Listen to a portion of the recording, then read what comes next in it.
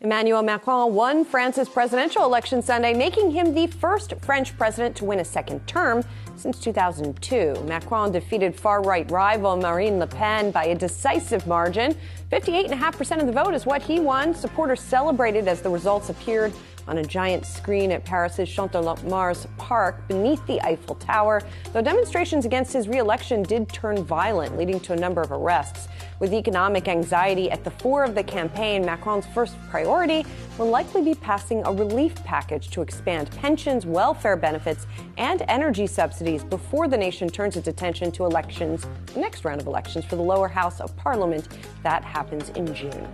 Also on Sunday, Secretaries of State and Defense Antony, Blinken, and Lloyd Austin met with Ukrainian President Volodymyr Zelenskyy in Kyiv.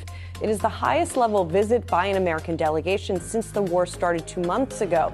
The trio discussed the increased need for military aid from the West as Russian forces build for an offensive in eastern Ukraine. And in the south, Russian forces closed in on the last Ukrainian fighters in Mariupol, holed up in a steel plant alongside civilians.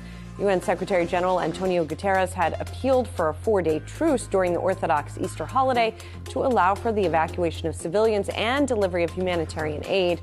The proposal was rejected by Moscow, though, which claimed it was a ruse to allow Ukraine's military to regroup. And Elon Musk's attempted buyout of Twitter may be sucking the air out of the room, but his Starlink satellite Wi-Fi network is making deals all its own.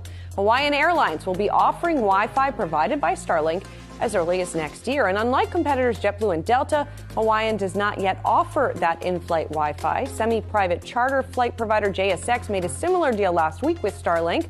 SpaceX currently has about 250,000 Starlink subscribers. They pay $110 a month for standard service and $500 a month for a premium tier, as well as hardware fees. Sas? Good to see Hawaiian getting with the times, Julie. Need that Wi-Fi on those planes.